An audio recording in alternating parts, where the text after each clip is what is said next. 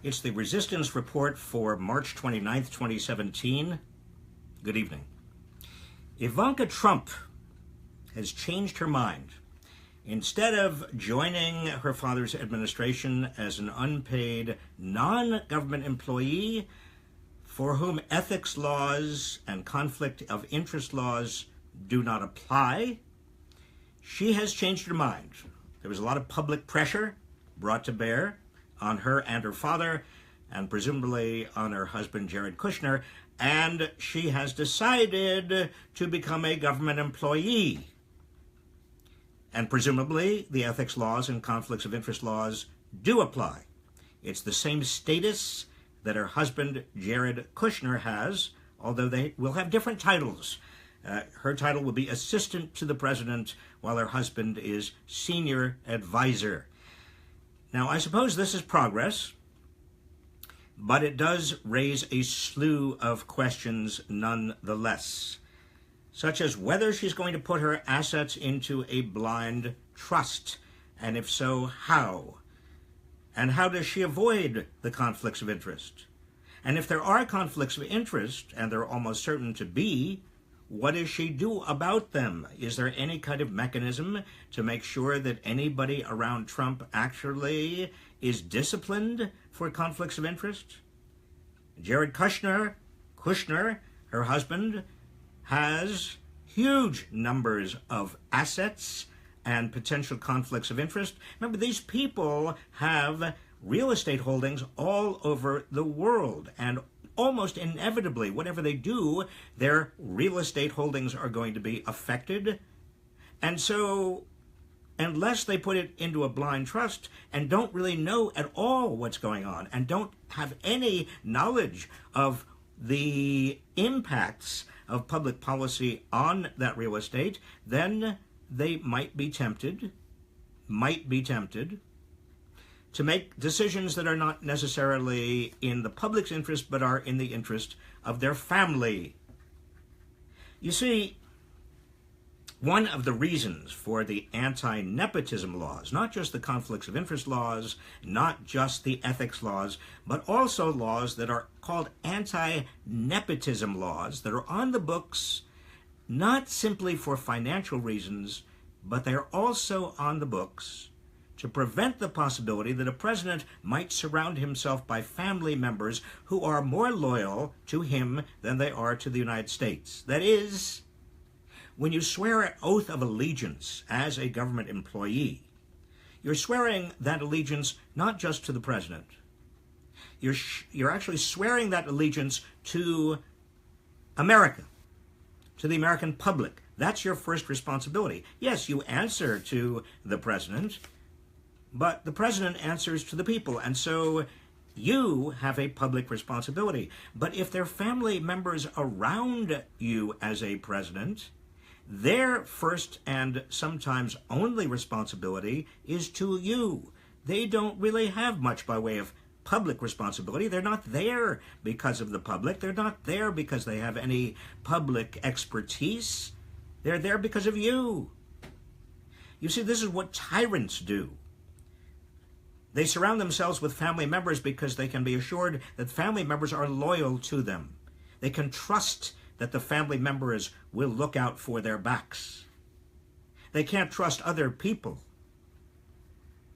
And that, presumably, is the core reason why Donald Trump has put his daughter and his son-in-law as key advisors right there in the White House to watch his back, to tell him how to protect himself, to tell him what's good for him. But are they really the best people to tell him what is good for the United States? Donald Trump's technique for dealing with bad news, by the way, is to create enough confusion, enough fog of partisanship to completely envelop the issue. Consider for a moment, and I want to put this all in context, the most explosive issue to come along in living memory, the allegation that a president, a sitting president, along the way to becoming president, colluded with a foreign power that is a foreign enemy, has nuclear missiles tilted directly against us, to win the presidency. Already, as you know, the FBI has concluded that indeed Russian operatives did interfere in the United States election, the 2016 election, to help Donald Trump. There's no question about that. The real question is whether Trump or his aides and advisors colluded in any way with the Russian operatives in that project. If they did, that's called treason, folks. If Trump knew about it and did nothing about it, that is an impeachable offense. This is the core. This is the issue. Everything else is a frolic and a detour. The ranking member, by the way, of the Senate Intelligence Committee has said that Russian interference actually affected the outcome of the election. There should be no doubt about this in anybody's mind. So what Trump has had to do and what he has wanted to do, again, his technique, his MO for dealing with the kind of news and things that he doesn't want to deal with, he doesn't want the public to get or have to confront him with, is to enshroud these things in confusion, deflection, diversion. And that's why he starts out in January and February calling it fake news, assailing the media. And that's why he continues to go after the intelligence agencies, saying that they have made unauthorized leaks, or they're just like Russia, or that there's a plot against him, like Nazi Germany, he said.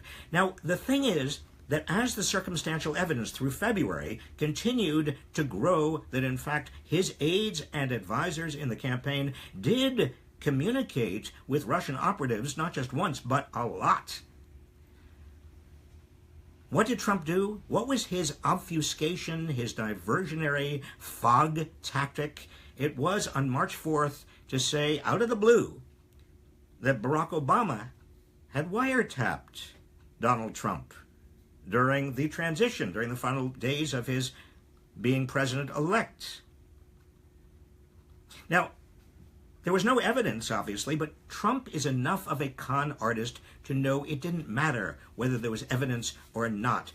It would change the subject.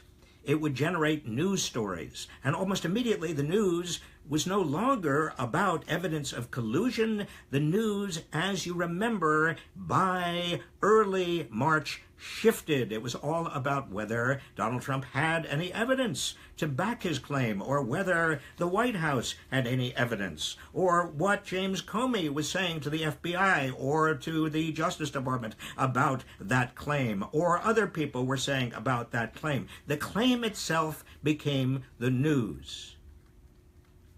And then Trump suggested, when he obviously didn't have evidence for the claim, that there ought to be an investigation. In fact, the same committees that were about to call FBI Director Comey and others about allegations of Russian interference in the campaign and also collusion with Trump advisors, those same committees, Trump said, you need to investigate Obama, whether he abused his authority. You need to investigate all of this cloud. It was a cloud, and the cloud continues. You see, you've got to understand that recent history and what Trump's MO is in order to understand the role played by Devin Nunes. Because he is part of this drama. He is being used. Obviously, he's willing to be used, being used by Trump. Soon after Comey last week, he testified with that bombshell saying that indeed the FBI is investigating possible collusion between Trump aides and Russian operatives.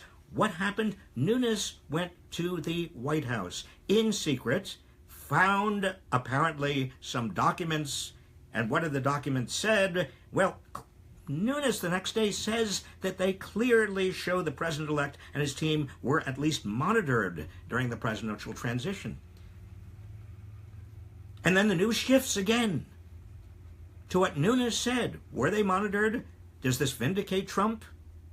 And you have a whole news cycle that goes not just 1 day, 2 days, 3 days. 2 days later, Nunes says, well, he is not sure whether Trump and his aides were monitored. He needs to review the information again. Doesn't matter. By then, the fog machine that Trump presides over has already regenerated itself. It's already more and more news. A thick haze of stories.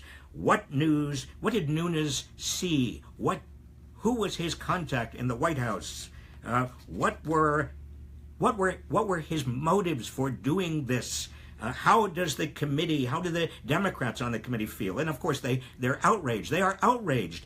And that generates more stories. And then you have stories about the controversy, that controversy. You see, Donald Trump is a master at creating a fog of controversy. And then this week, when there's about to be a committee hearing, Sally Yates, the acting attorney general, wants to testify, as do others from the Obama administration, and they're going to testify regardless of whether they get permission from the Justice Department. Nunes says, no, we're not going to do that, setting off even more stories, more news cycle, more of this fog. And on it goes day after day, a thickening fog of diversion and obfuscation, taking public attention away from the FBI's investigation of possible treason by Trump and his aides, focusing instead on this thickening smog of other controversies. Trump knows about the media. He is a master of media manipulation. He knows that reporters need stories. And he is only happy to oblige, no matter how crazy the stories are, no matter how ridiculous or how baseless. The whole business, not only of Trump saying that he was wiretapped by Obama, but then Nunes going up to the White House, cloak and dagger, dead of night, and then making one announcement and another announcement. All of this is just controversy. It just feeds news cycles and deflects attention from the real story here. You see what Trump's goal is, and this is why I am providing this kind of context. Even if the FBI and other intelligence agencies eventually come out with a finding that there was indeed collusion between Trump's campaign aides and Russian operatives to swing the election for Trump, and even if they find that Trump was somehow implicated or he maybe knew and he did nothing about it, it may not matter, because Trump and his surrogates will by then have created an impenetrable fog of claims and counterclaims, plots and subplots, unproven allegations and lies, and the public will have become lost and confused in the fog. That's what Trump is counting on. The Trump fog creates exhaustion. It confounds the public. It creates cynicism. Facts and findings vanish. It will all come to seem like politics at its worst. Could Trump get away with it? Well, it is possible. The biggest danger he faces, it seems to me, is that some Republican statesman, or two or three, emerge from the mist who are sufficiently concerned about the integrity and sanctity of our democracy that they act as lighthouses. They guide the public through the fog, shine a beam of clarity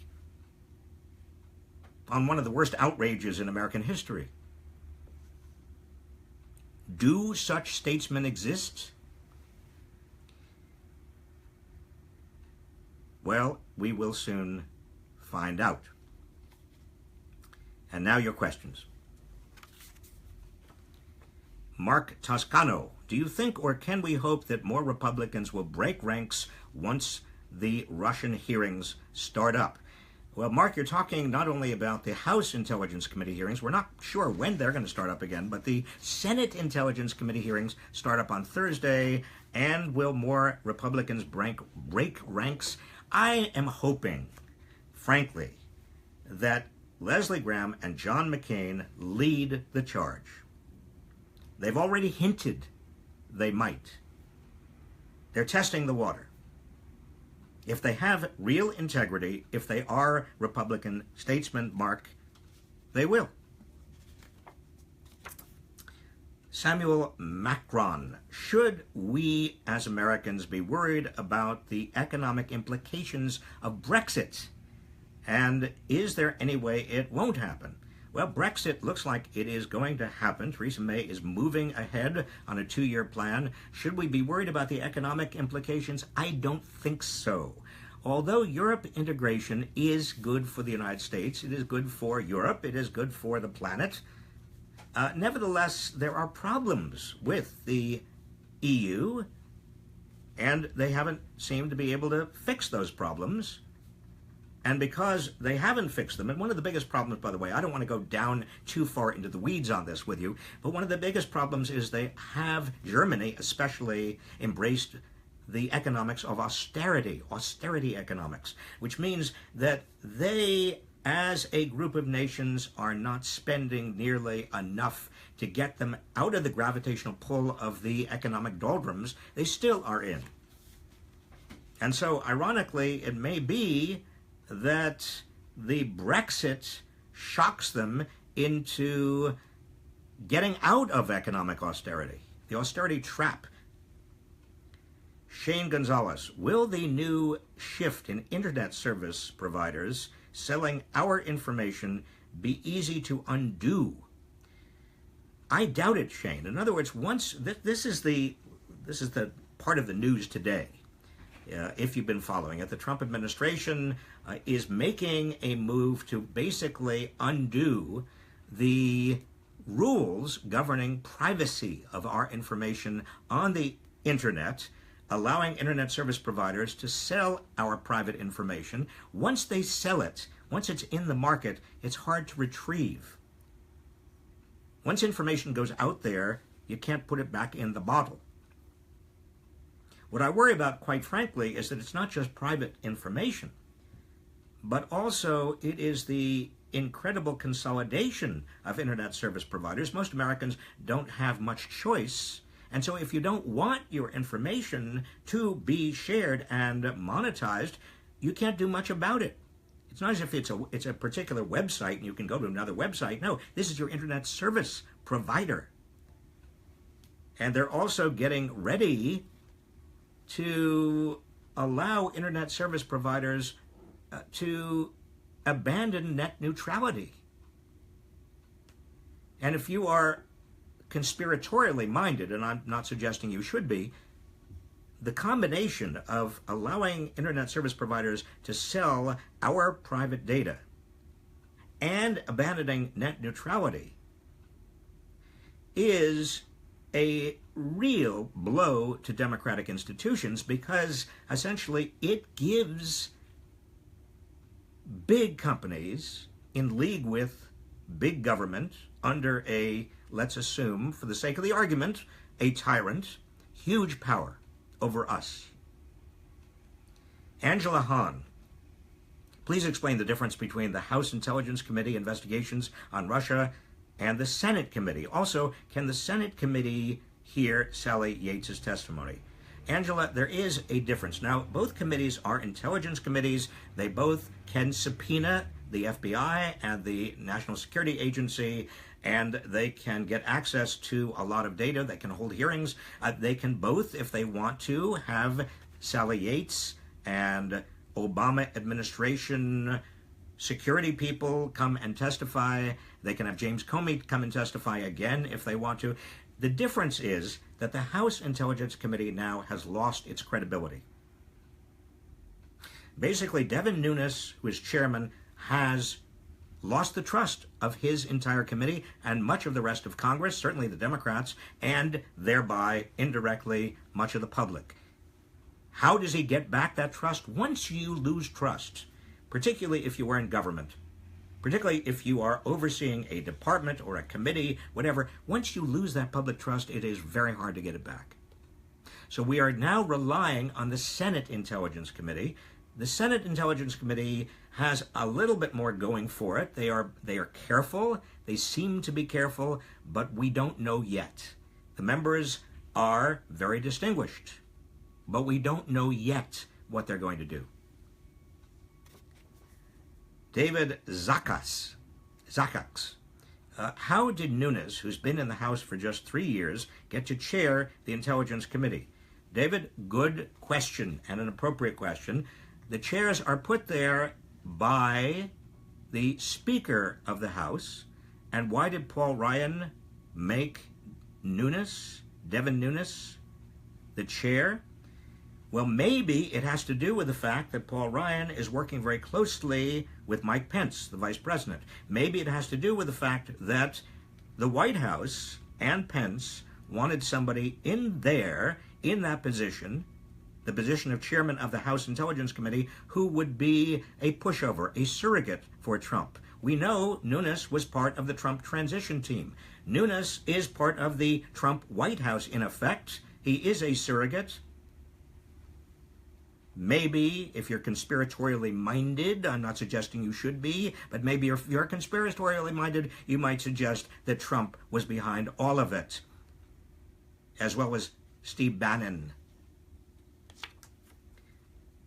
Lori Mayer, how can citizens bypass the obviously corrupted Intelligence Committee to demand an independent investigation of Russian interference in the election? Is there really no recourse if a corrupt administration and corrupt majority party are committing treason? Well, there is, Lori, there is recourse. The recourse is at the ballot box.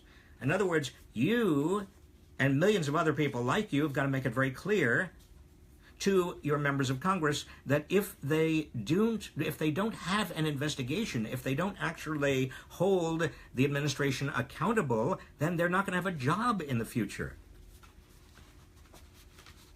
Which gets me briefly to this commercial. I just want to remind you all to go to indivisibleguide.com, find people who are around you in your district who you can join with and magnify your voice. And I'm also suggesting that you utilize swingleft.org to find other districts near you that are Republican or purple districts that could use your help. And when it's fully up and running, also sisterdistrict.com. I'll hold these up here for a moment so you can write them down. More questions. Leslie Jernigan, is there anyone you believe in? Who are the good state people today? Well, Leslie, there are a lot of great people I believe in. There are people, young people, who are emerging at the state level and also are running for Congress. I put them up on my Facebook page after I do a little bit of due diligence about them, and there's a lot of them. And I'm always on the lookout for more. So if you or anybody watching right now has some candidates that they would like me to push, I'd be happy to do it. Chip Friedman, the Gorsuch vote is next week, and I believe it's April 3rd. What do you think is going to happen? What can and what should we do? Chip, it seems to me that the Democrats ought to hold out and not go along with Gorsuch filibuster on the principle, and this is important. It's not that Democrats don't like Gorsuch. His credentials are good credentials. It would be very hard to justify filibustering him simply because he's conservative, and he would be a very, very conservative justice. But he is very well credentialed. I think he would be a reasonable, very conservative justice. No, I think the principled way of filibustering is to say that Donald Trump is not a president who is proven to be a legitimate president. We have an FBI investigation of Trump and his surrogates and his advisors as to whether they colluded with Russia in getting the election for him. That's a huge cloud hanging over this administration. I think the Democrats could say very respectably, look, Republicans, if you held up for almost a year Merrick Garland, Obama's Supreme Court pick, because you didn't feel like it was right for a president to have a Supreme Court pick in the last year of administration, because a president in the last year of administration, that's not legitimate to put up a Supreme Court pick, then you don't have any legitimacy. You don't have any legitimacy with regard to a president who has this kind of cloud hanging over his head, an FBI investigation of collusion in terms of interfering with the election. Wait until that's over. Wait until it's over. Now, by doing that, Republicans are going to have an incentive to employ what's called the nuclear option, which means essentially changing the Senate rules so that a filibuster is no longer allowed with regard to any Supreme Court nominees. This is a big deal. A Supreme Court nominee, after the nuclear option is used, could be through with just 51 votes. But if Republicans do that, and Donald Trump obviously wants them to, if Republicans do that, then they know that once they are in the minority again, and they may be in the minority fairly soon, let's hope, then they are going to have to face a Democratic majority who can get anybody through with 51 votes. If you have, and when we have, a Democratic president. Next question. And this is your last question. Brian Pitt. The days of Clinton-era Democrats need to end. We need to rebrand the party, or we're at risk of being even more irrelevant. How can we make that happen? I can't read your writing, Brian, but I think I got it right. Look, I agree with you. I think that the Democratic Party needs to be a progressive populist party. It has to stand for something, and what it has to stand for is reducing widening inequality, getting the economy back for ordinary people, making sure that the environment is not despoiled, and making sure that our politics are not despoiled by big money. We've got to have a single-payer plan. We've got to also have in place a system whereby anybody can afford to go to public universities. These are not out of the question. In fact, Bernie Sanders ran on much of this plank, and he got 22 states in the Democratic primaries.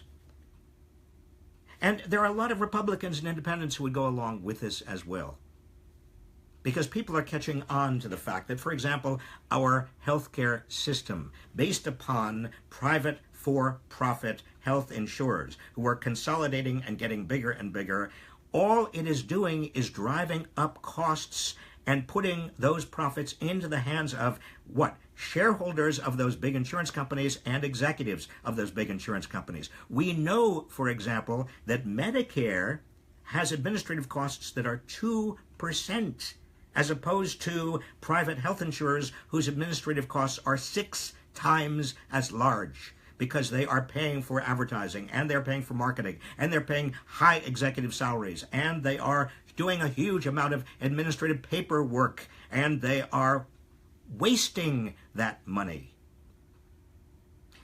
A single-payer system is inevitable. It will come. Democrats have got to be on that bandwagon. Democrats also have got to be talking about the militarization of our police and making sure that they are demilitarized. We've got to go from a country that is basically locking up huge numbers of its citizens to a country in which the police are working with and for citizens. Now these, again, this is just logic. If the Democrats don't stand for this, what do they stand for? If they are in the bed with big money, then the Democratic Party is irrelevant. Irrelevant. So, Brian, I am agreeing with you. And on that upbeat note, I want to end tonight's Resistance Report. Thank you for being vigilant. Thank you for your activism. Thank you for understanding that citizenship involves so much more than simply voting or attending jury duty or paying taxes. Citizenship is a practice. Citizenship requires activism. You know that. I know that. Spread the word. We'll see you tomorrow.